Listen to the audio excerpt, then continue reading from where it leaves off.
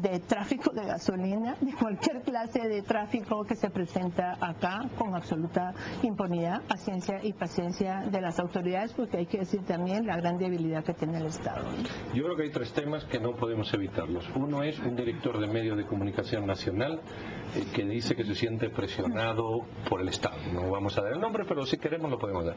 Pero hay también dos casos más.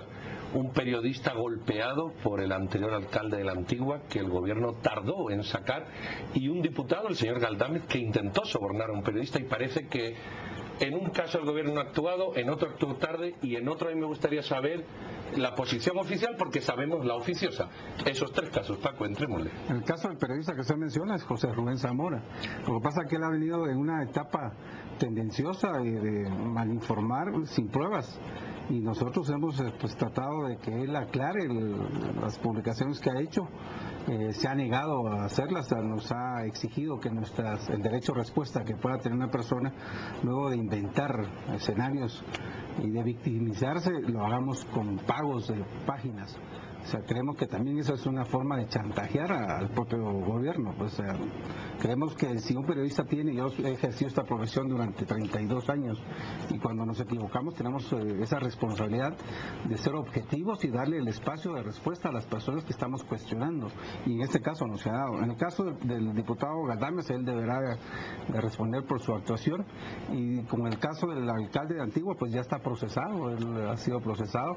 Las instancias judiciales son las que determinaron lo que él había actuado, ¿verdad? Pero ¿no parece un poco contradictorio que el presidente quiera crear una comisión y a un diputado de su partido no lo saque?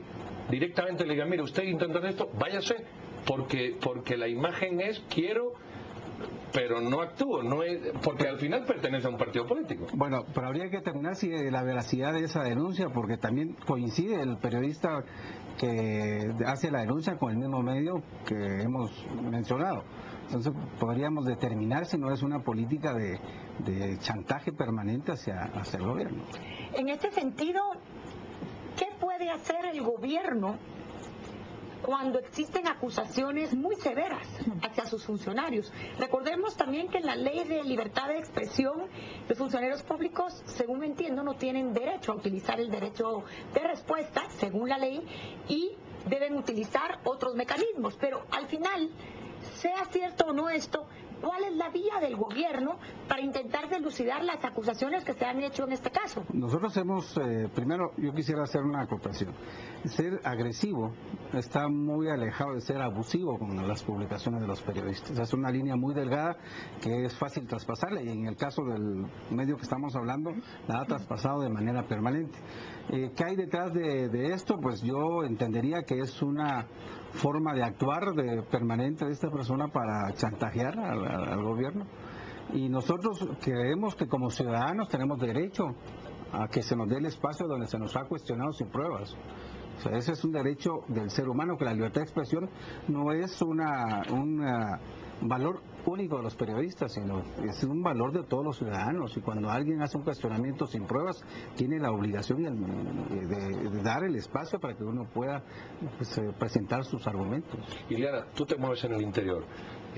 Muchas veces los televidentes y los mismos periodistas de la capital ignoran, desconocen o no se permean lo suficiente de lo que ahí ocurre. ¿Cómo describirías a los televidentes el ejercicio profesional en cualquier medio en el interior con esa presión que tú más o menos has dejado entrever?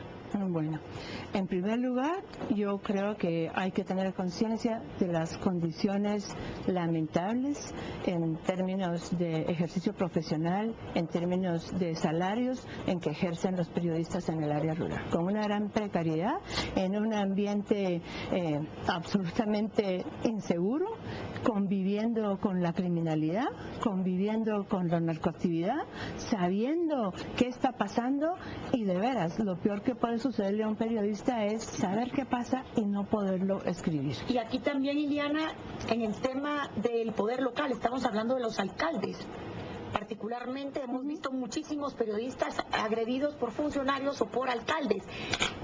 Se habla de la creación de estas fuerzas del gobierno, de estas entidades para brindar protección, pero en Guatemala, en un país donde hay tanta inseguridad, ¿será realmente esto efectivo? Bueno, yo quisiera abordar esto que fue lo que anunció hoy el presidente y que ha dado lugar a bastante confusión, porque incluso desde fuera ha generado un interés internacional, porque yo quiero recordar que en América Latina solo hay 2 países que tienen programas de protección a periodistas, que tienen situaciones diferentes de la nuestra, que es Colombia y México. Colombia fue el primero en adoptarlo y luego México del año pasado. Nosotros estamos en una situación similar en términos de crimen organizado, narcoactividad, condiciones de inseguridad, que nuestros 2 vecinos, México y Honduras, que son los 2 países, de los 2 países más peligrosos para ejercer el periodismo sin estar en guerra. Entonces, las fronteras se han venido corriendo, la situación es muy similar, por eso es que nosotros desde el año pasado venimos planteándole al presidente a través de la Secretaría de Comunicación Social que se adopte un programa de protección a periodistas, que tenga sus propias particularidades adaptadas a nuestra realidad, ¿verdad?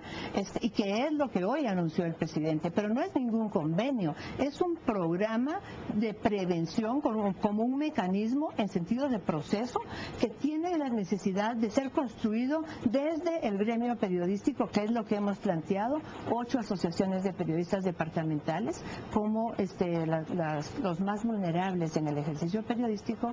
Nosotros estamos ligados con ellos, estamos trabajando, hemos hecho la propuesta, el presidente tiene un documento que sería el que daría inicio a la construcción. El programa no está construido, no está definido, ¿verdad? Daríamos inicio a la construcción del programa tomando en cuenta nuestras condiciones, la condición del Estado y la situación de inseguridad que existe, para ver de qué manera podemos tomar por lo menos un poquito de prevención y que no sigan sucediendo por estos hechos de sangre en contra de los periodistas. Paco, desde el gobierno, ¿qué se pretende? Aunque hemos visto la visión de lo que Ileana quiere que ocurra, realmente desde el gobierno, ¿qué va a ocurrir? Puede que sea convergente, puede que sea mayor, puede que sea menor.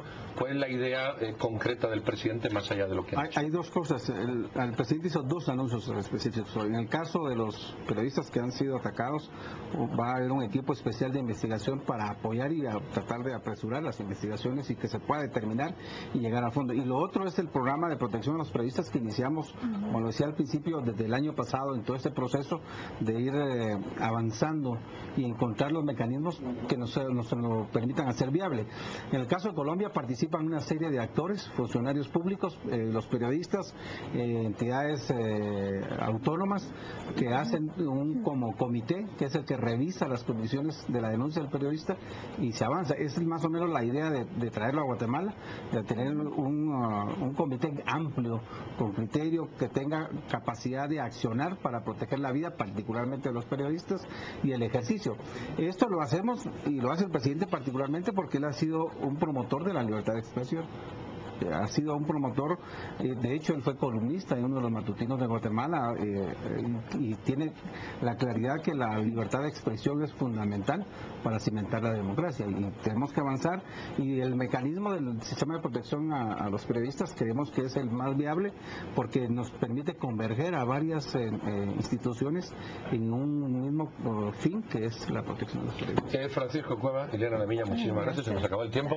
Ahí ven una voluntad de querer cambiar esto mientras todavía hay un riesgo de que ocurra. Esperemos que estas buenas intenciones, estos deseos y estas iniciativas se consoliden para un mejor ejercicio, en este caso, de la profesión periodística. Paco, Ileana, muchísimas gracias. Y ustedes no se muevan, que regresamos con otro tema muy interesante.